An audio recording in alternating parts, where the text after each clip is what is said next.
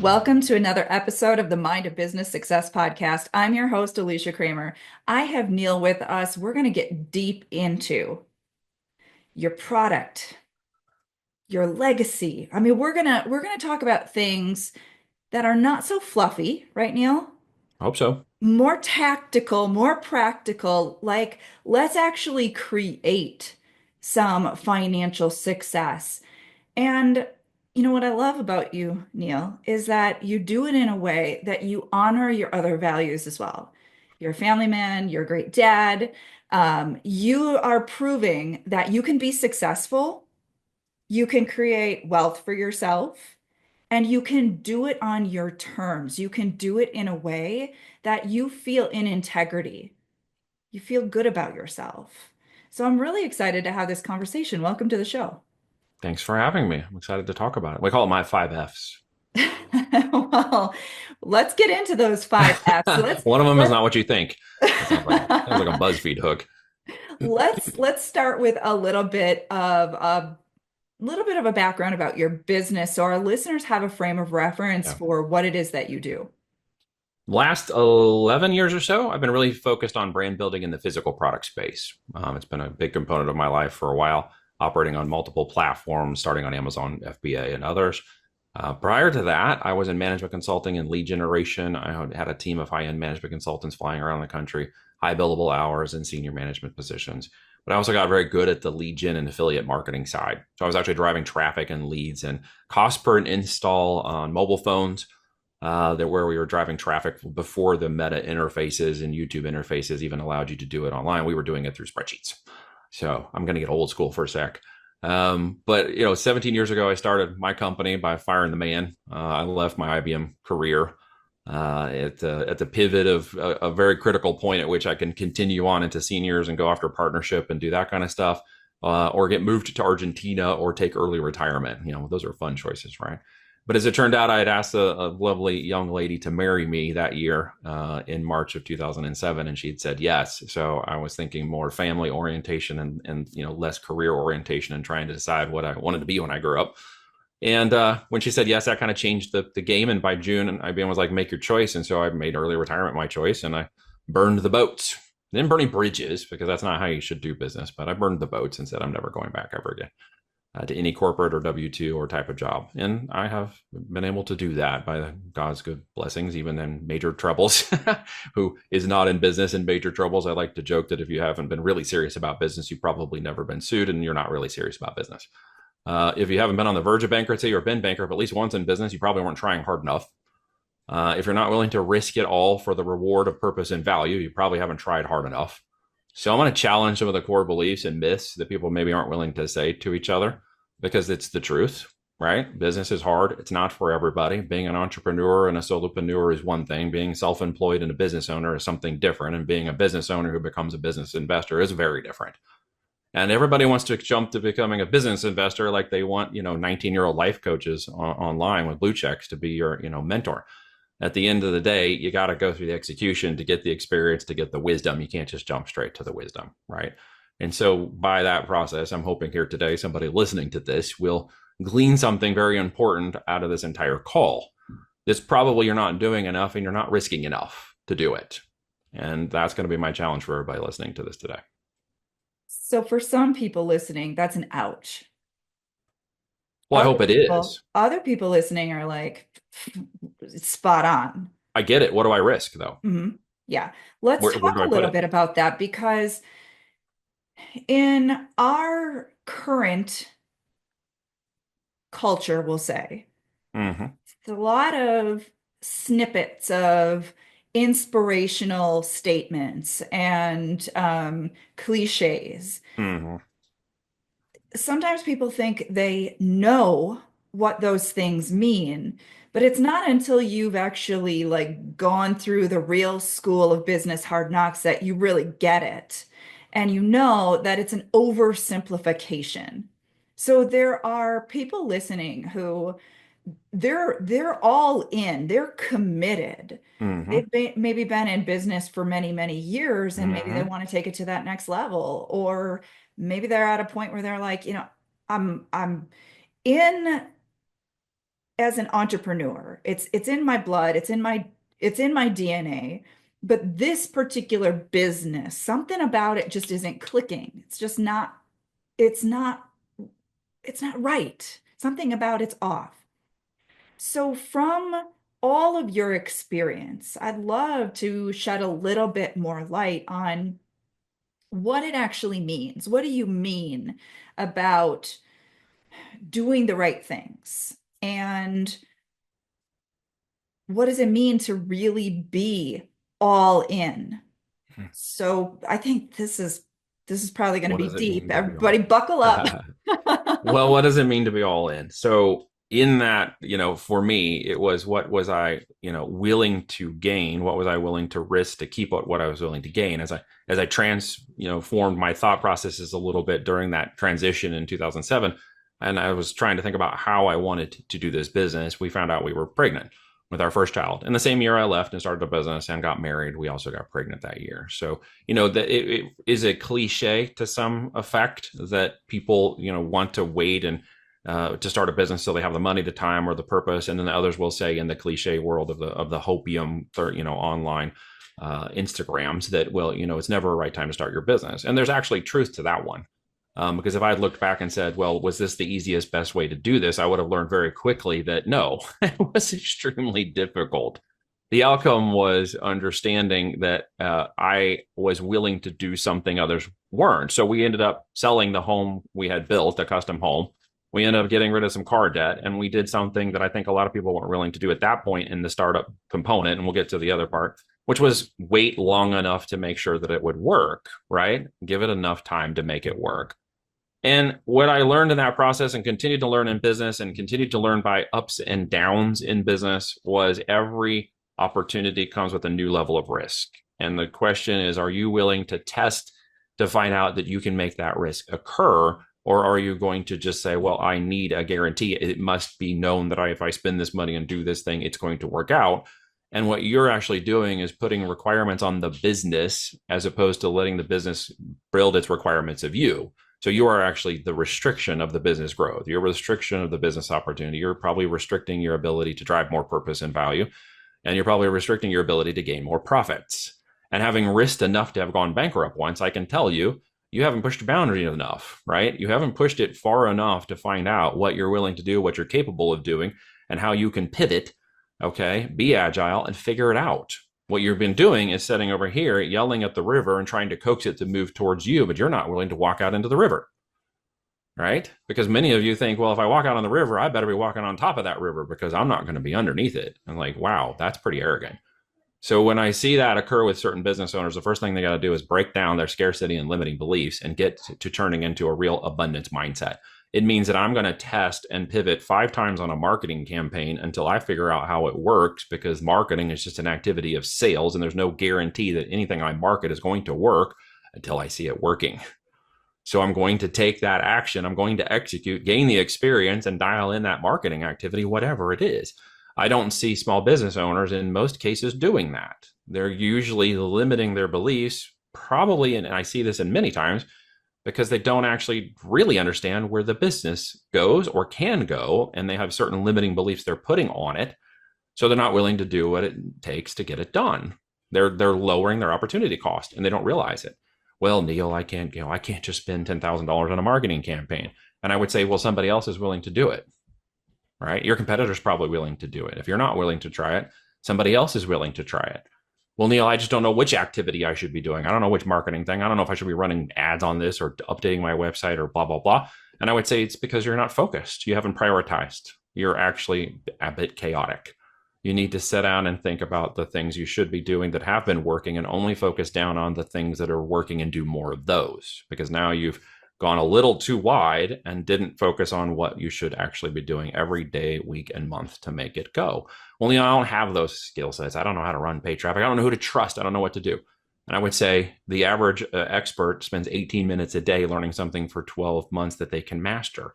If you're not willing to do that, you're not going to master one of those activities that makes you better in business. And the other component is you and I have learned over time and experience, Alicia, that we can't do it all.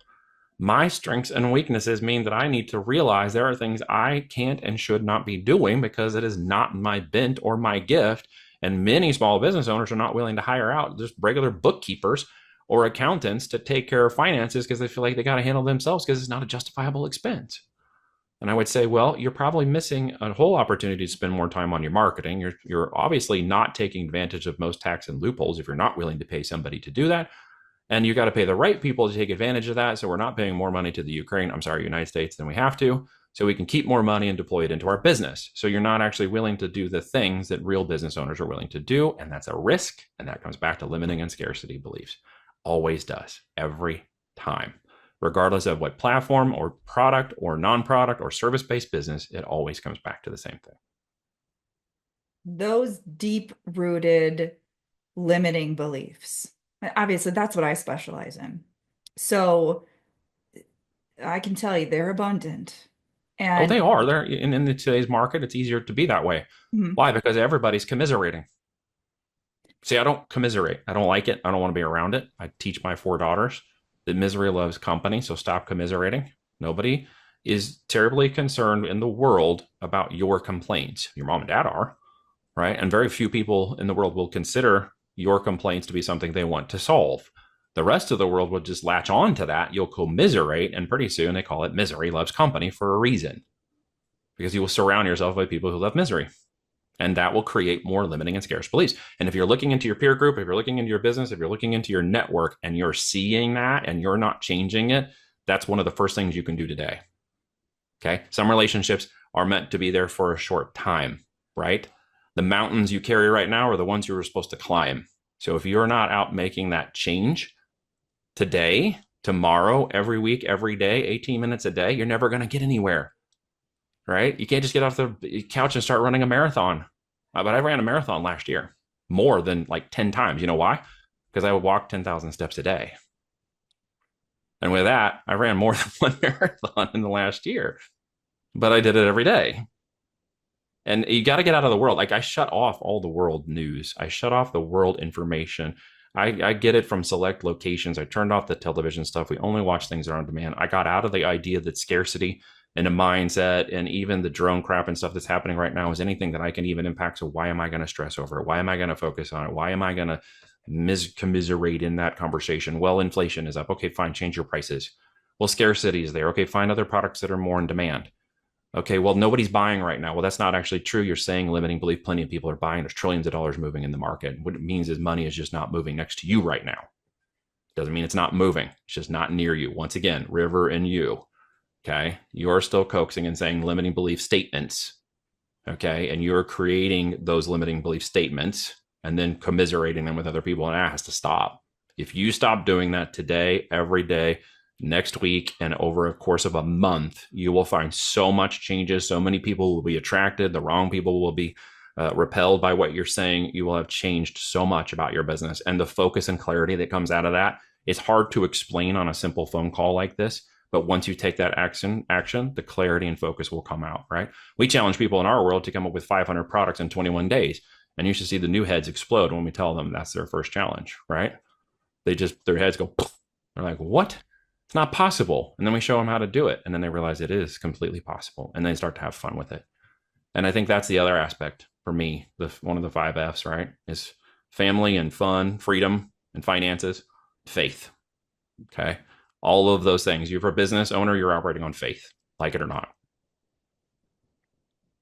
you made some really powerful points, and I'd love to go deeper on those, but there's something else that I really want to make sure we touch on.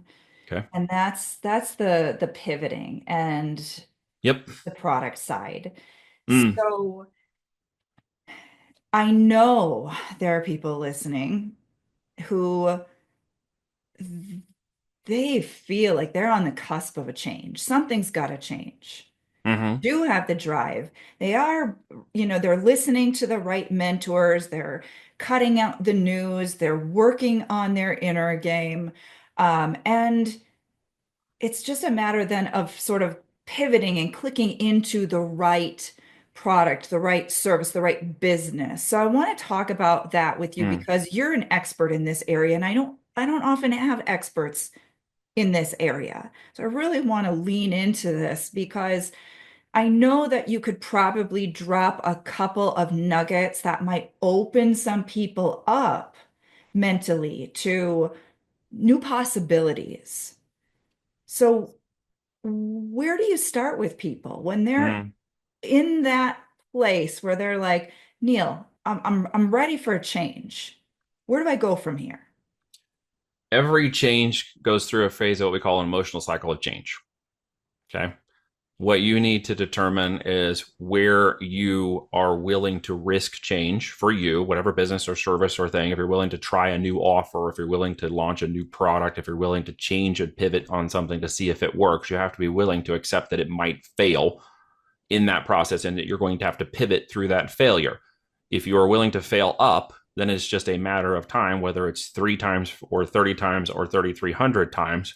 You're going to have to be willing to fail, fail, fail until you figure out how you do it for your customer and your offer and your business and your product, whether it's physical or tangible, service related or consulting related. You need to determine, not out of the word desperation, which was what came to mind when I was hearing you speak just now about the question. Desperation leads to sales that are desperate, leads to I have a fear that everything is going to come to an end, when in reality, it's probably not if you don't create it, right? If you don't create that failure. So we brought this up on a call yesterday during our live call. We have these calls every Wednesday. We get on our community. We talk for like 2 hours straight live about everything that's happening and questions. And since it was the end of the year, we're not having one at this time at the end of the year because it's going into the new year at the time we're recording this. The question for each of the coaches was to come on and say, what are you, looking forward to next year? And what is one piece of advice you'd give for everybody to focus on? And, mine was feel the fear and do it anyways. Feel the fear and do it anyways. Well, what if it fails? I don't care. Do it again. Well, what if it doesn't work out? I don't do it again. Well, what if I don't make all the money? Well, what if nobody wants the offer, right? Well, what if they launch that product and it doesn't make those new sales? Do it again. Do it again. Do it again. We get older, I think, to some ways in our mind, and we get the feeling that we have to be entrenched or we need to be at some location or we see other people and so we have to be there. And instead of just being okay where we are, we always have to kind of compare ourselves to everybody else and say, where are we at? Where are we at? And that creates more symptoms of fear in our minds. And then we start locking in and we create new fears in this little echo chamber between our ears that probably don't exist, but we created them to justify our lack of action or to justify the actions we think we want to do next. If you can shut all that noise down and get out of your own way, there's success literally on the other side of it. And it could be trying that new offer at a new price point, right? You might find, okay, there's a guy the other day, he came in and he was like, did you see this newsletter I post? I didn't see it. And he said, here, take a look at this. And it was a quick story about a guy who tried to, he was talking about the psychology of the buyer. It was a business related thing, but he was trying to actually get rid of a couch. And so he put it for free on Marketplace. And guess what happened? It sat there for weeks and nobody would come take a free couch. But he put a $150 price point on it, had 2 offers the next day, and someone came and picked it up on their own dime. So the value of what you're creating has value to somebody else if you can dial in what that value is. And many times people think it's lowering their prices, but I would actually challenge you to raise your price. By raising your price, you increase your profitability. By increasing your profitability, you have the ability to market to more of those people. And there is a market for every person, from the $99 purse buyers to the $1,000+ product purse buyers. Again, just because they're not available to you right now, it does not mean they're not available. Right. And that's, I think, where so many people don't understand that feel the fear and do it anyway statement has to do with overcoming your own fear that it isn't going to work, the fear of failure. When I launched my first marketing campaign online, it was from a little Sprint dial-up card in the middle of the country where we were hanging out in a remote location where I had chosen to be more with my family than stay in the business. And so as we sold our house and downsized and got to a place to create that longevity, there was, purpose and value that was always going to be driven by staying with my family, like staying with them no matter what. Over the course of this business, I was going to ensure that they were with me and just everything I could do all the time as much as possible. That included homeschooling them. So they're all homeschooled, all 4, and always have been, because I feel they're the first line of defense in who I should mentor in this world. But as I continued to go through that and realized, there are these opportunities to succeed and fail, I launched my first campaigns. And after the 300 campaign failures, okay, the 301st campaign, marketing online campaign, actually worked. It worked. And it was like $50 a day in profit. And I'm like it just clicked. The action, the belief, the tenacity, the willingness to just keep pushing hard and hard. If I'd stopped at 250, I wouldn't have reached it. 299 wouldn't have got there. By the time that happened, I had kind of figured out exactly who I was selling to. And the last component of that really gets down to most business owners do not fully understand who they're actually selling to. They do not own very detailed wise down to the 47-year-old housewife living in Texas who has 3 kids and loves barbecue. They don't specifically know who they're actually selling to. They try to sell all things to all people, and you're not Amazon. Okay. If you can get down into the niche of simply selling one widget to one avatar and find more of that avatar, your limiting beliefs will go away when you suddenly realize there's millions of those people you can sell to. There's billion people across the world you can probably reach for a specific kind of product. You just haven't focused down into that particular area. You don't know who your avatar is. And by the time I got to my 300th campaign, I suddenly realized that was my problem. It wasn't the mechanics, it wasn't the mechanism, it wasn't pushing the button. And I think, again, many business owners get caught in that tactical and tactile response without actually thinking about what they should be doing. And I suddenly realized who I was selling to. And in this case, it was guys in South Africa who were wanting to install a dating app. And then when I realized exactly who they were, I started to do more of that. And pretty soon it was 100 and then 500 and then $1,000 a day in profit. I just focused in, and every campaign after that was successful and created more success as I continued to just move along the chain. I sold them more basically of the same thing. And we do that in the physical product world. Once we dial into a particular product and we know that avatar, who they are, why they're buying this product, and there's 20 million of them a year searching for this product specifically, I want to go attack 1% of that market share. And with that focus, it is hyper relevancy from the customer through the product, through the listing, to the images, down to the price point, hyper relevancy. And that creates expansion, right? Those products can take off extremely fast. Relevancy, focus, intent, and just a willing, stupid perseverance to say, if it isn't hell no, then it's KNOW. If it's an NO, it's still not a hello. So hell no. So I'm going to keep going. I love this. Now you have a book. I do. Would love to talk just a little bit about the book as we're wrapping things up here. Yeah. So give us the overview. In simple terms, it's a conversational format book, which is some people's heads kind of explode a little bit, but it is a strategy guide spent out of my podcast called the High Voltage Business Builders Podcast. And in there, I interviewed a number of experts in the area of online e-commerce, lead generation, consulting, and physical products, as well as financing and wealth without Wall Street strategies that were incorporated. And those 15 chapters were built into that based on those podcasts. And each of them cover my 4 big breaks that all sellers need to make if they're going to build a physical product business. It's called Almost Automated Income with FBA. And it focuses on starting with the FBA channel first to attract basically eyeballs on the offer. Sales fixes everything, as we say. So we need to find people to buy our product, and Amazon is a juggernaut of buying and machines. And if you can sell on that platform, you can pretty much sell on every other platform.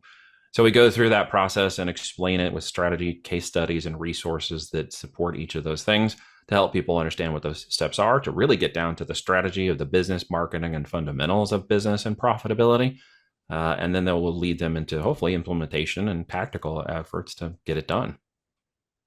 Now you've got a little gift for some of our listeners. Sure. Yeah. If you guys, for the 10 of you who's still listening to me, who haven't already hung up the call, you can go over to voltagedm.com/free book.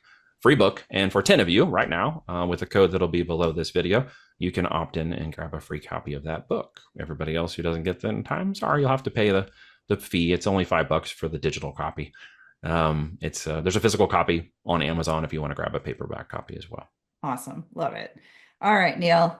This has been a power-packed episode. How can our listeners go deeper with you? How can they connect with you and learn more?